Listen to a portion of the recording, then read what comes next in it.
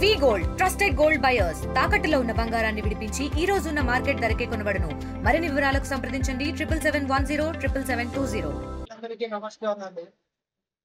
మార్చి 23 షహీద్ భగత్ సింగ్ వర్ధంతి రోజున ప్రారంభించి ఏప్రిల్ 14 అంబేద్కర్ జయంతి వరకు దేశవ్యాప్తంగా 500 జిల్లాల్లో బృహత్తర ప్రచార కార్యక్రమాన్ని నిర్వహిస్తా ఉన్నాం.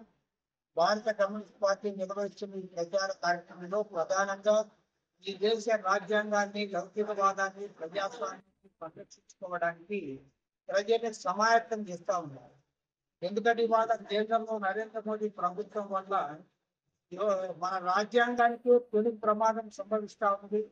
ఈ రాజ్యాంగాన్ని మార్చడానికి ప్రయత్నం చేస్తా ఉన్నారు. ఇవాళ స్వాతంత్ర పోరాటం అన్నా, స్వాతంత్ర సమరయోధులు అన్నా, మహాత్మా గాంధీ అన్నా, అంబేద్కర్ అన్నా ఏమాత్రం కూడా వీరికి గౌరవం లేదు. అంబేద్కర్ రచించిన ఈ రాజ్యాంగాన్ని మార్చి మనుస్మృతి ఆధారంగా ఒక రాజ్యాంగం అందుకు అనుగుణంగా వారి పావులు కలుగుతా ఉంది. రెండవది ఏమంటే ఇవాళ తమ అధికారాన్ని సుస్థిరం చేసుకోవడానికి డీలిమిటేషన్ పేరుతో ఉత్తరాది రాష్ట్రాలలో పార్లమెంట్ సీట్లు పెంచుకోవడానికి కూడా వాళ్ళు ప్రయత్నం చేస్తారు, అమలు చేయలేదు. కాబట్టి ఏమంటే ఇప్పుడు ఆటోమేటిక్ గా ఉత్తరప్రదేశ్, బీహార్, రాజస్థాన్, మధ్యప్రదేశ్ రాష్ట్రాల్లో హిందీ రాష్ట్రాల్లో సీట్లు పెరుగుతాయి, దక్షిణాది రాష్ట్రాల్లో సీట్లు తగ్గే అవకాశం ఉంది. దీనిపైన ఇష్యూ అనే ఎందుకంటే ఇవాళ సౌత్ ఇండియాలో అన్ని రాష్ట్రాలు కూడా కదులుతా ఉన్నాయి, కేంద్రాన్ని ప్రశ్నిస్తా ఉన్నాయి.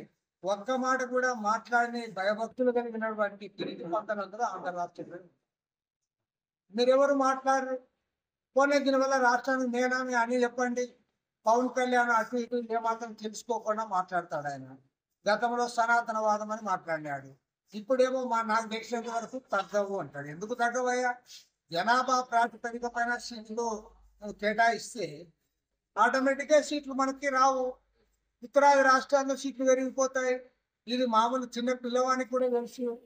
కాబట్టి ఏమంటే పవన్ కళ్యాణ్ నోరు తిప్పాలి. ఆయన అధికారానికి రాకముందు ప్రశ్నించేందుకోసమే పార్టీ పెట్టాను అన్నారు. నువ్వు అధికారం వచ్చిన తర్వాత ప్రశ్నించడం మానుకున్నావు. మోడీ గారు ఏమంటే దానికి ఇదే అంటావు, వాళ్ళ జెండా మోస్తానంటావు. అదేవిధంగా చంద్రబాబు నాయుడు గారు అవునన్నా కాదన్నా భారతదేశ రాజకీయాల్లో సీనియర్ నాయకుడు, అన్ని విషయాలు తెలిసిన వాడు. చంద్రబాబు నాయుడు గారు మాట్లాడకుండా ఉండడం సమంజసం కాదు, ఆయన స్టేచర్కు తగదు. ముఖ్యమంత్రి చంద్రబాబు నాయుడు గారు వెంటనే ఈ డీలిమిటేషన్ పైన స్పందించాలని చెప్పి కూడా నేను కోరుతాను. ప్రభుత్వము అవిలిగాని వాగ్దానాలు ఇచ్చి అధికారానికి వచ్చింది. ఇవాళ అధికారానికి వచ్చిన తర్వాత ఖజానా ఖాళీదింది అని అంటా ఉన్నారు. ఖజానా ఖాళీదింది అనే విషయం మీకు ఏనాడో తెలుసు. ఎందుకంటే రాష్ట్రం ఆర్థికంగా దివాళా తీసింది, అప్పుల పాలైంది, హీనంగా అవుతా ఉందని ప్రచారం చేశారు.